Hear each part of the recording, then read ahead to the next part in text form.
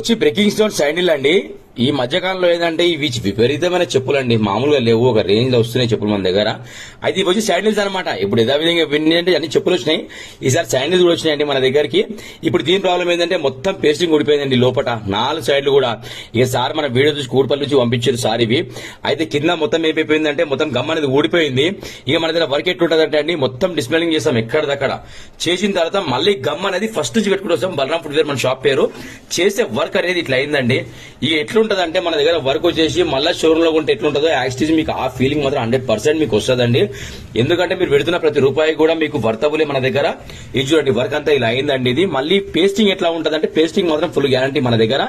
ఎందుకంటే మనం ఏంటంటే టూ